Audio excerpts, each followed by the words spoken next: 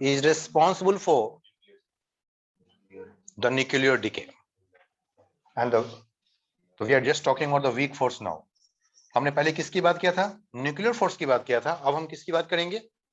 Weak force की बात करेंगे. The weak force is responsible for the nuclear decay. Nuclear decay. This process is called decay. This is one of the process of nuclear decay. Nucleus का break करना ही nuclear decay है. The breaking of nucleons is called nuclear decay. Okay. So weak force is responsible for the nuclear decay. Weak force is the very short. भाई जो weak force, अब weak force की बात करते हैं. जो न्यूक्लियर फोर्स था वो तो तुम लोग डिस्टर्ब कर रहे हो मेरे को. Drink the water. तुम पीछे चले जाओ. एक लाइन बोलने नहीं देते हो, डिस्टर्ब कर देते हो.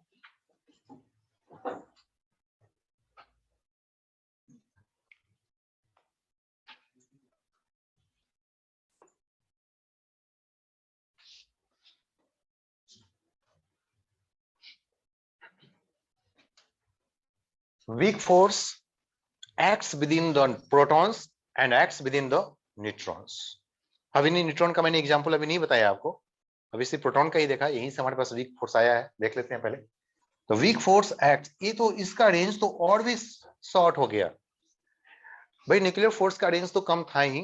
मैक्सिमम रेंज कितना था उसका? 10 फेमटोमीटर. इसकी रेंज तो उससे भी कम हो गया. ये तो सिर्फ प्रोटॉन की साइज में, वो तो कम से कम न्यूक्लियंस के अंदर में था. वो किसके अंदर में था भाई? न्यूक्लियर फोर्स किसके अंदर में था? न्यूक्लियंस के अंदर में. मतलब प्रोटॉन की साइज से बड़ा, न्यूट्रॉन की साइज से बड़ा. ये तो प्रोटॉन की साइज के अंदर में ही है, प्रोटॉन के अंदर में ही है. It is a very short range force. It is a very which force is shortest range out of the four forces? Gravitational force, electrostatic force, nuclear force, weak force. Which is the shortest ranged force? Weak force is the shortest ranged force. Then nuclear force. And gravitational force and electrostatic force are long ranged force. Its range is infinity. Its range is infinity. ये भी questions आते हैं. The weak force acts within the size of the proton only. Within the proton, within the nucleons बोल सकते हैं. Within the nucleons, और बाद में हम लिख देंगे इसको nucleons, that is nucleons only. That is only within proton, only within the proton,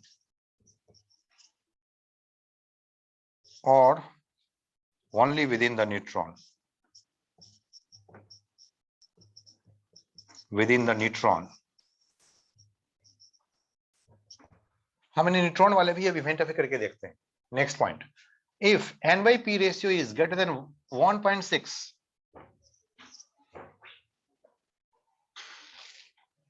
next, if n/p ratio is greater than 1.6, again my question is same. Which is responsible for the instability of such nuclei, a group of nucleus? Neutron. So इस बार neutron सोच रहा है कि भाई मेरी number ज्यादा है. Neutron क्या बोल रहा है? मैं रिस्पॉन्सिबल हूं. I am responsible for the instability of my society. My society is known as nucleons, है ना? न्यूक्लियस का अनस्टेबिलिटी के लिए न्यूट्रॉन रिस्पॉन्सिबल है. इस पर न्यूट्रॉन की जो इनर वॉइस है वो आएगा, वो उठेगा और वो बोलेगा कि नहीं न्यूट्रॉन ब्रेक करो, सैक्रिफाइस करो अपने आप को, है ना? Neutron will break itself. कौन सा फोर्स ब्रेक करेगा न्यूट्रॉन को? Weak force. That feeling is called, inner feeling is called weak force. Neutron ने ब्रेक कर दिया अपने आप को. किस में करेगा न्यूट्रॉन ब्रेक? प्रोटॉन में. और साथ में चार्ज बैलेंस करना पड़ेगा. इस पे जीरो चार्ज है, इस पे पॉजिटिव चार्ज है. यहाँ पे क्या करना पड़ेगा? इलेक्ट्रॉन, यानी कि माइनस. इलेक्ट्रॉन को माइनस कर देना जरूरी नहीं है, दे दिया था भी कोई बात नहीं. Now it is not the positron, it is the electron. Okay, और न्यूट्रॉन को ब्रेक करने से जो एनर्जी निकलता है, जो फोटोन निकलते हैं, हम उससे बोलते हैं एंटी न्यूट्रिनो। क्या बोलना है उसको? तो देयर इज न्यूट्रॉन वाले में एंटी न्यूट्रिनो आएगा। न्यूट्रॉन जब ब्रेक करेगा तो क्या मिलेगा? Anti neutrino. वही से ना बोलते हैं। तो एंटी न्यूट्रिनो के लिए हम इसमें एक लाइन, एक बार दे देते हैं। It is not the charge, it is the बार। ये चार्ज है, आप यहाँ पे पॉजिटिव दे दो, यहाँ पे देने की जरूरत नहीं है। ए बार है ना, नेगेटिव नहीं है। It is not the sign of negative, it is the bar. Anti neutrino, it is anti particle. Not वाला में, सेमीकंडक्टर में नॉट वाला में दे रहे थे ना ऐसे, anti not, sign of anti. Okay, anti neutrino, it's like the photon, rest mass is zero, only energy. It is electron, it is electron.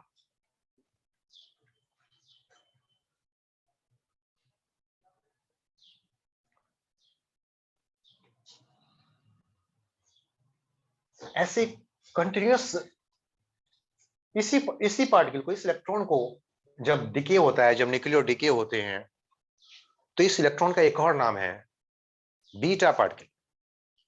क्या नाम है इसका भाई?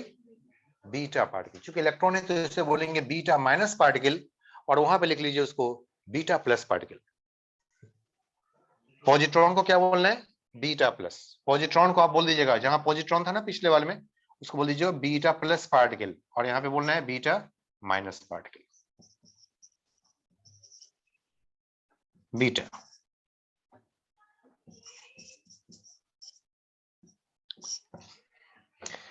तो आपने सुना होगा कि भाई alpha, beta, beta plus, beta minus decay होते हैं, गामा डीके भी होते हैं।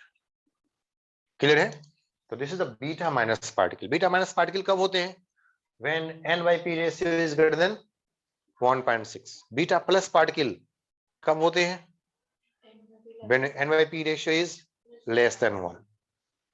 Got it? ओके,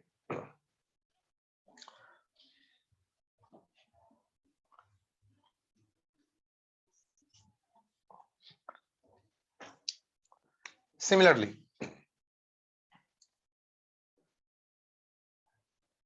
तो हमने देख लिया यहाँ पे बीटा माइनस डीके हो गया। This is called beta minus decay. This is the beta minus decay.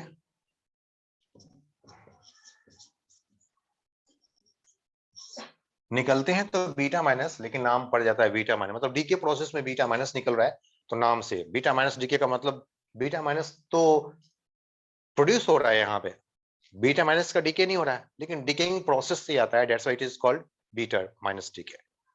और बीटा प्लस डीके, पॉजिट्रॉन, वो भी डीके प्रोसेस से ही होते हैं, that is the beta DK.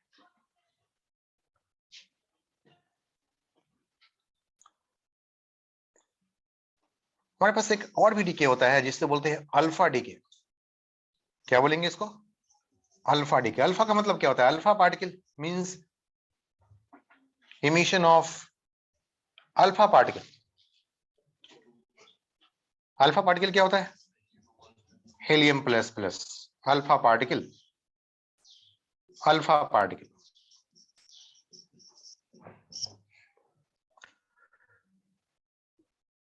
Alpha particle is possible if mass number is greater than 210।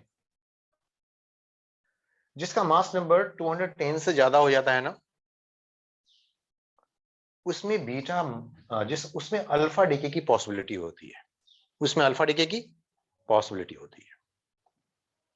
Alpha decay क्या होता है भाई? Helium plus plus. नोट करें, for the unstable nucleus,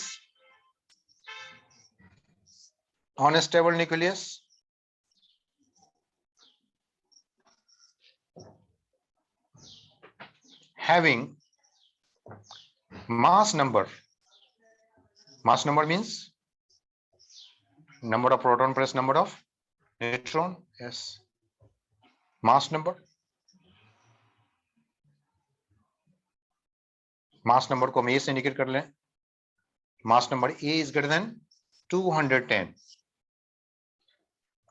मतलब एक बिगर न्यूक्लियस में, एक हैवी न्यूक्लियस में, एक हैवी न्यूक्लियस में कौन सा इमिशन की पॉसिबिलिटी होती है?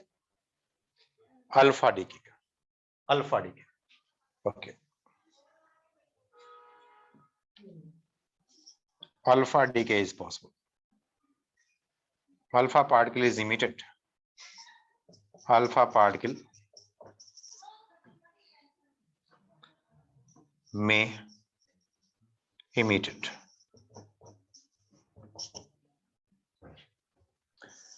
एग्जैक्टली कब अल्फा पार्टिकल का डीके होता है और कब बीटा निकलेगा, बीटा माइनस और बीटा प्लस का तो पता चल जाता है कि कब निकलने वाले हैं, लेकिन किस टाइम पे निकलने वाले हैं ये मालूम नहीं होता है। जब हो जाते हैं किसी भी रेडियो एक्टिव एलिमेंट्स में डीके जब हो जाता है तो हम बोलते हैं कि अच्छा ऐसा हो चुका है। और अगर ऐसा हुआ है तो फिर उनका रिजल्ट क्या आएगा, ये इसका हम प्रेडिक्शन कर पाएंगे। किस टाइम पे हुआ है इसका प्रेडिक्शन नहीं हो पाता है। ओके, ठीक है। तो अगर अल्फा डीके होता है कहीं पे तो फिर क्या हो सकता है उसमें? तो देखा गया कि अल्फा डीके तभी होता है जब हैवी न्यूक्लियस होते हैं। कितना हैवी भाई? The mass number is greater than 210। Okay, if alpha decay होते हैं तो फिर उसमें क्या चेंजेस आता है, हम उस बात को भी देखेंगे यहाँ पे।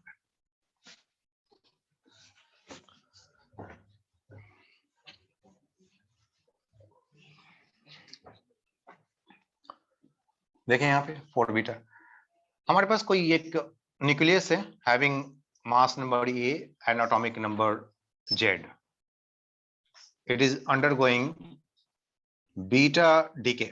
मैं बोल दूंगा भाई तुम्हें बीटा डीके होने वाला है, देन व्हाट विल हैपन, क्या होगा? This is called parent nucleus. क्या बोलेंगे इसको? Parent nucleus. इसके न्यूक्लियस की कॉन्फ़िगरेशन चेंज होगा और वो बदल जाएगा, उसका नाम बदल जाएगा। कितने से बदल जाएंगे भाई? तो इसमें कुछ निकलने वाले हैं, क्या निकलेंगे? He++। एटॉमिक नंबर हीलियम का atomic number 2 and mass number, what is the mass number? क्या है? सॉरी, हाँ मैंने बीटा लिख दिया, हमने अल्फा की बात कर रहे हैं, है ना? अल्फा पार्टिकल, किसकी बात कर रहे हैं? अल्फा पार्टिकल की बात कर रहे हैं। तो what is the mass number? 4। Plus plus किसकी वजह से? इलेक्ट्रॉन को रिमूव किया उसकी वजह से। उसके न्यूक्लियस में कितने प्रोटॉन है, कितने न्यूट्रॉन है? Mass number is 4। तो प्लस प्लस लिखने से उसके मास नंबर पे या एटॉमिक नंबर पे कोई फर्क नहीं पड़ता है, वो तो इलेक्ट्रॉन के लिए है। ओके, एंड वाई मींस एक अनदर डॉटर एलिमेंट, इसके पास जेड कितना हो जाएगा भाई? -2, और एटॉमिक मास नंबर में कितने कमी हो जाएंगे? -4। This could be possible. Got it?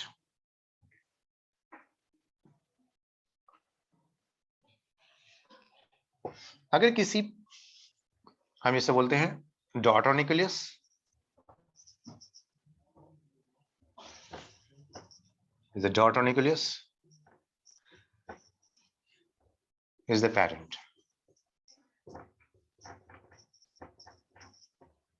तो हमारे पास अगर कोई पेरेंट न्यूक्लियस है, ये एटॉमिक मास वाला, मास नंबर वाले, एटॉमिक नंबर वाला जेड, और इसमें से निकलते हैं ये बीटा माइनस या बीटा प्लस डीके में जा रहा है, बीटा प्लस डीके होगा इसका। अब इसका इक्वेशंस बताना है। Beta plus decay, what will happen? Positron कौन ब्रेक करेगा? पॉजिट्रॉन है भाई, प्रोटॉन ब्रेक करेगा। अच्छा, तो लेट्स सी, इसके पास एक डॉटर एलिमेंट आने वाला है, यहाँ पे ए है, यहाँ पे जेड है, प्लस माइनस कुछ तो होने वाला है, कर लेंगे। ओके, साथ में यहाँ पे क्या निकलने वाला है? ये जब ये ब्रेक करेगा तो क्या मिलेगा? न्यूट्रॉन। ये तो ये आ गया, और क्या मिलेगा हमें? पॉजिट्रॉन। और क्या मिलेगा? न्यूट्रिनो। यही है ना? तो ये न्यूट्रॉन कहाँ पे जाने वाला है? ये न्यूट्रॉन, अब न्यूट्रॉन को हमको इसके अंदर में डालना है, न्यूट्रॉन अलग से नहीं आएंगे, न्यूट्रॉन इसके अंदर में आ जाएंगे। तो भाई इसमें से एक प्रोटॉन तो निकल गया, इसमें से एक प्रोटॉन निकल गया, तो Z-1 कर दिया, तो एक प्रोटॉन निकला था तो एक A भी कम हो गया था, लेकिन एक न्यूट्रॉन तो इसमें ऐड हो गया। आखिर यहाँ पे बने थे न्यूट्रॉन, इस न्यूट्रॉन को हमें कहाँ पे लेके आना है, इसके पास लेके आना। आखिर वो जो प्रोटॉन जो ब्रेक हुआ था तो उसका न्यूट्रॉन किसके पास है, उसी न्यूक्लियस के पास है ना, उस न्यूक्लियस के अंदर में ही है ना, या बाहर निकल गया, अंदर में ही है, तो किसके अंदर में है, इस Y के अंदर में। This is the transformation of the nucleus, transformation of the nucleus. पहले न्यूक्लियस क्या था, X था, अब न्यूक्लियस क्या हो गया, Y हो गया। लेकिन जो भी कमी या ज्यादा हो रहा है प्रोटॉन और न्यूट्रॉन, वो इसके अंदर बढ़ाएंगे, प्रोटॉन और न्यूट्रॉन को छोड़ करके बाकी कुछ भी आएगा वो उससे बाहर निकलेंगे। तो बाकी कुछ और क्या आ रहा है, पॉजिट्रॉन, और क्या आ रहा है, ये तो बाहर निकल गए, तो इसके अंदर में क्या रहेंगे, न्यूट्रॉन, तो न्यूट्रॉन इसमें ऐड हो गया, तो प्रोटॉन एक कम हुआ था उसके लिए -1, एक ऐड हो गया +1, मतलब अल्टीमेटली क्या बच के रह गया, no change in mass number, no change in mass number, but proton number is changed, Z-1. Got it?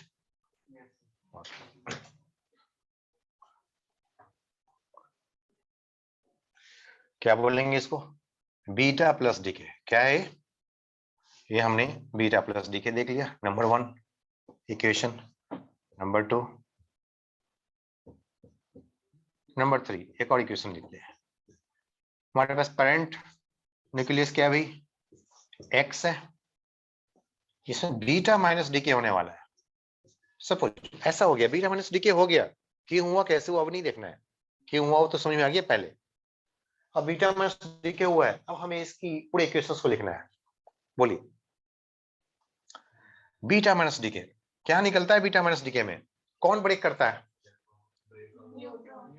Neutron break करते हैं। तो सबसे पहले इसकी तो एटॉमिक न्यूक्लियर स्ट्रक्चर चेंज कर जाएंगे, यहाँ पे मैंने लिख दिया, न्यूट्रॉन एक निकल गया और किस में कन्वर्ट कर गया, एक न्यूट्रॉन निकला तो -1 हो गया, लेकिन प्रोटॉन भी बढ़ गया ना इसमें, तो प्रोटॉन बढ़ गया तो +1 आ गया, लेकिन प्रोटॉन बढ़ जाते हैं तो जेड की वैल्यू ही बढ़ जाते हैं, लेकिन है प्रोटॉन तो न्यूक्लियस के अंदर में ही है ना, तो मास नंबर पे कोई फर्क पड़ रहा है क्या, no, mass number will remain the same, but there is a Z+1। लेकिन इसके साथ में जो एडिशनल पार्टिकल है वो क्या क्या है, इलेक्ट्रॉन और एंटी न्यूट्रिनो। अच्छा यहाँ पे क्या था, न्यूट्रिनो था ना सिर्फ, यहाँ पे क्या होगा, एंटी न्यूट्रिनो, ऊपर में न्यूट्रिनो था, यहाँ पे क्या है, anti neutrino. This electron is called beta minus, this is the beta minus, this is the beta plus। और ऐसा इवेंट, सच टाइप ऑफ ऐसे स्ट्रीम्स होते हैं, तो इसी को बोलते हैं बीटा रे, मतलब stream of beta minus particle, क्या बोलेंगे इसको, बीटा रे, beta minus particle ray, ray means continuous flow, ray means continuous flow of some particle, तो बीटा रे भी बोल सकते हैं। Got it, any doubt,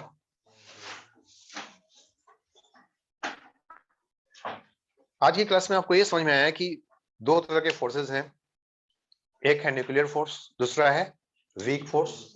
nuclear force जो है वो स्टेबिलिटी ऑफ न्यूक्लियस के लिए रिस्पॉन्सिबल है। न्यूक्लियर फोर्स जो होता है वो नॉन सेंट्रल होते हैं। न्यूक्लियर फोर्स जो होते हैं वो शॉर्ट रेंज तो होते हैं, लेकिन वेरी शॉर्ट रेंज नहीं होते। सब वेरी शॉर्ट रेंज या स्मॉलेस्ट रेंज जो होता है वो तो वीक फोर्स कहा गया, जो सिर्फ प्रोटॉन या सिर्फ न्यूट्रॉन के अंदर में मिलते हैं, लेकिन वो तो पूरा न्यूक्लियस के अंदर में पाए जाते हैं, लेकिन पूरा न्यूक्लियस को कवर भी नहीं करता है वो। इतने शॉर्ट रेंज कुछ सम पार्ट ऑफ न्यूक्लियस को ही कवर करता है। अगर कोई बड़ा सा न्यूक्लियस है ना, और कोई बड़े से न्यूक्लियस है ना, तो बड़े से न्यूक्लियस में भी पूरे न्यूक्लियस को कवर नहीं कर पाता, इतना शॉर्ट रेंज है, एक पर्टिकुलर गैप नहीं। इसलिए एक न्यूक्लियर फोर्स की वजह से पूरा का पूरा न्यूक्लियस इंटरेक्टेड हो, न्यूक्लियस इंटरेक्टेड हो ऐसा नहीं होता, सम न्यूक्लियस ही इंटरेक्टेड होता है उससे, सम न्यूक्लियस उसके रेंज में आते हैं, फिर दूसरा एक अलग ग्रुप में आएगा, तीसरा अलग ग्रुप में आएंगे, ऐसे ऐसे, है ना। क्लियर है।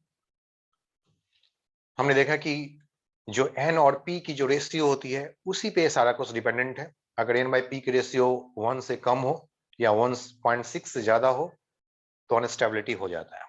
लेकिन हर कोई चाहता है कि वो अपनी स्टेबिलिटी को मेंटेन करे। मेंटेन तो नहीं कर पाएगा, रीगेन कर ले, है ना। मेंटेन तो था नहीं, अनस्टेबल था, तो it's not the maintaining, it's the regaining. It's the regaining of stability, regaining of stability. तो स्टेबिलिटी को रीगेन करने के लिए जिसको जहां पे मौका मिला, कभी प्रोटॉन को मौका मिला और कभी न्यूट्रॉन को मौका मिला अपने आप को शो करने के लिए कि वो अपनी सोसाइटी के लिए कुछ कर सकता है, वो अपने अर्थ के लिए कुछ कर सकता है। जैसे हम सब अपने अर्थ के लिए कुछ सोच सकते हैं, अपने गैलेक्सी के लिए सोच सकते हैं कि कुछ ये काम ना करे, वो काम ना करे, वो ना काम नहीं, वी हैव टू सैक्रिफाइस। नहीं सोचते हो? सोचो, अपने अर्थ के लिए सोचना है ना। Our society means the whole earth. Earth बचे रहेंगे तो हम सब बचे रहेंगे। नहीं, our nature is belongs to our earth. नहीं,